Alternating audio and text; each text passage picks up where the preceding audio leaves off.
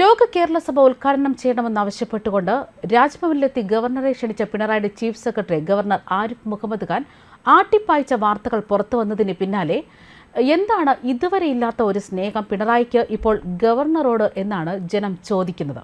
അതായത് ഇവിടെ എടുത്തു പറയേണ്ട ഒരു കാര്യം, ഇതുവരെ ചവറ്റുകൊട്ടയിലിട്ട ഗവർണർക്ക് എന്തുകൊണ്ടാണ് പിണറായി പെട്ടെന്നൊരു സ്വീകരണവും താലപ്പൊലിയുമൊക്കെ നൽകിയത് എന്നാണ്. അദ്ദേഹത്തെ ഒന്നടങ്കം ആക്രമിക്കാൻ SFIക്കാർക്ക് നിർദ്ദേശം നൽകിയ പിണറായി സർക്കാർ ഇതുവരെ കാണിക്കാത്ത ഒരു ഔദാര്യമാണ് ഇപ്പോൾ ഗവർണറോട് കാണിച്ചിരിക്കുന്നത്. അതായത് നമുക്കറിയാം, മുഖ്യമന്ത്രിയെ പ്രോസിക്യൂട്ട് ചെയ്യാൻ അനുമതി നൽകേണ്ടത് ഗവർണറാണ്. അങ്ങനെ സംഭവിച്ചാൽ അനേകം അഴിമതി കേസുകൾ നേരിടുന്ന മുഖ്യമന്ത്രിയും കുടുംബവും ഇനി അഴിക്കുള്ളിലേക്ക് പോകുമെന്ന് പേടിച്ചിട്ടാണോ ഈ ക്ഷണമെന്നാണ് സമൂഹ മാധ്യമങ്ങളടക്കം ചോദിക്കുന്നത്. ഇതോടെ വ്യക്തമാകുന്ന ഒരു കാര്യമുണ്ട്. അതായത് മൂന്നാം മോദി സർക്കാർ വന്നപ്പോൾ തന്നെ കേരളത്തിൽ മാറ്റത്തിന്റെ കാറ്റ് വീശി എന്ന് വേണം പറയാൻ. ലാവ്ലിൻ കേസിൽ സുപ്രീം കോടതിയിൽ ഒരു തീരുമാനം വരും. സ്വർണ്ണക്കടത്ത് കേസിൽ നരേന്ദ്രമോദി കൈ ചൂണ്ടി പറഞ്ഞ മുഖ്യമന്ത്രിയുടെ ഓഫീസിലേക്ക് അറസ്റ്റ് നടപടികളെത്തും. ഡോളർ കടത്തിലും ബിരിയാണി ചെമ്പിൽ സ്വർണം കടത്തിയതുമൊക്കെ അറസ്റ്റിലേക്ക് നീളും. ലൈഫ് മിഷൻ അഴിമതിയിൽ കടുത്ത നടപടി വരും. മാസപ്പടിയും കൂടും കുടുംബവും അടക്കം പിടിയിലാകും. ഇതൊക്കെ മുന്നിൽ കണ്ടു തന്നെയാണ് ഇതുവരെ എടുത്ത് ചവറ്റുകുട്ടയിലിട്ട ഗവർണർക്ക് പെട്ടെന്ന് തന്നെ സ്വീകരണവും താലപ്പൊലിയും ഒക്കെ ഒരുക്കുന്നത്. ലോക കേരള സഭ ഉദ്ഘാടനം ചെയ്യാൻ നേരിട്ടെത്തിയാണ് ക്ഷണം. ഓർക്കണം, ഇക്കഴിഞ്ഞ 3 ലോക കേരള സഭയിലും പരിസരത്ത് കാണരുത് എന്ന് പറഞ്ഞ് ഓട്ടിച്ചുവിട്ട ഗവർണറോടാണ് ഇപ്പോൾ ഈ പിണറായി സ്നേഹം കാണിക്കുന്നതെന്നത്. അതേസമയം ഞാനൊന്നും മറന്നിട്ടില്ല, എന്നോട് ചെയ്തതെല്ലാം എൻ്റെ മനസ്സിലുണ്ട്, ഇപ്പോഴും ഉണ്ട്. എന്നെ ആക്രമിക്കാൻ ശ്രമിച്ച ഇവന്മാരുടെ പരിപാടിക്ക് ഞാൻ എന്തിന് പോകണം എന്ന് തന്നെയാണ് ഇപ്പോൾ കാര്യകാരണ സഹിതം ഗവർണറും ചൂണ്ടിക്കാട്ടുന്നത്. അതായത് ഇക്കഴിഞ്ഞ 3 ലോക കേരള സഭയിലേക്കും ഇവർ ക്ഷണിച്ചിട്ടില്ല. മാത്രമല്ല, തന്നോട് ചെയ്ത എല്ലാം തൻ്റെ മനസ്സിലുണ്ടെന്നും ഗവർണർ പറയുകയാണ്. തന്നെ ആക്രമിക്കാൻ ശ്രമിച്ചവരുടെ പരിപാടിക്ക് എന്തിന് പോകണമെന്നും ഗവർണർ ചോദിക്കുന്നു. കൊല്ലത്ത് വെച്ച് തനിക്ക് നേരെ ആക്രമണമുണ്ടായി. ഈ ആക്രമണത്തെ പിന്തുണയ്ക്കുന്നവർക്കൊപ്പം താൻ നിൽക്കില്ലെന്ന് തന്നെ ഗവർണർ പറയുകയാണ്.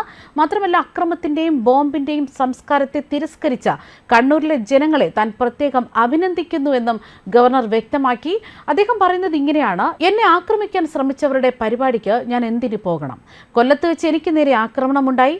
അക്രമത്തെ പിന്തുണയ്ക്കുന്നവർക്കൊപ്പം ഞാനില്ല. അക്രമ സംസ്കാരത്തെ തിരസ്കരിച്ച കണ്ണൂരിലെ ജനങ്ങളെ ഞാൻ പ്രത്യേകം അഭിനന്ദിക്കുകയാണ്.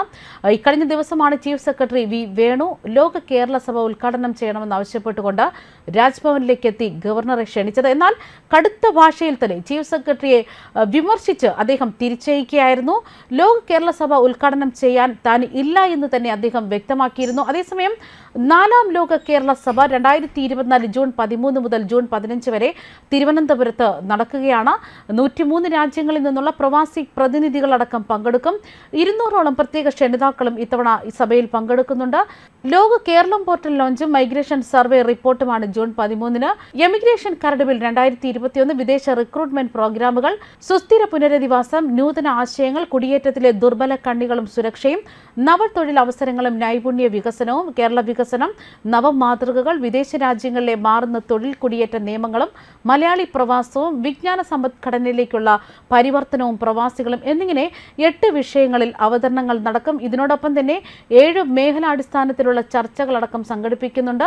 ലോക കേരള സഭ നടക്കുന്ന ദിവസങ്ങളിൽ നിയമസഭാ സമ്മേളനം നടക്കില്ലെന്ന് തന്നെ നേരത്തെ സ്പീക്കർ എൻ ഷംസീർ അറിയിച്ചിരിക്കുന്നു. നിയമസഭയിലെ ശങ്കരനാരായണൻ തമ്പി ഹാളിലാണ് വേദി. പ്രവാസി ക്ഷേമം ലാക്കാക്കി നടത്തുന്ന ലോക കേരള സഭയുടെ കഴിഞ്ഞ 3 സമ്മേളനങ്ങൾ കൊണ്ട് പ്രവാസികൾക്ക് എന്തൊക്കെ ഗുണങ്ങളുണ്ടായി എന്നതിൽ വാദപ്രതിവാദങ്ങളും ഇപ്പോൾ മുറുകുകയാണ്.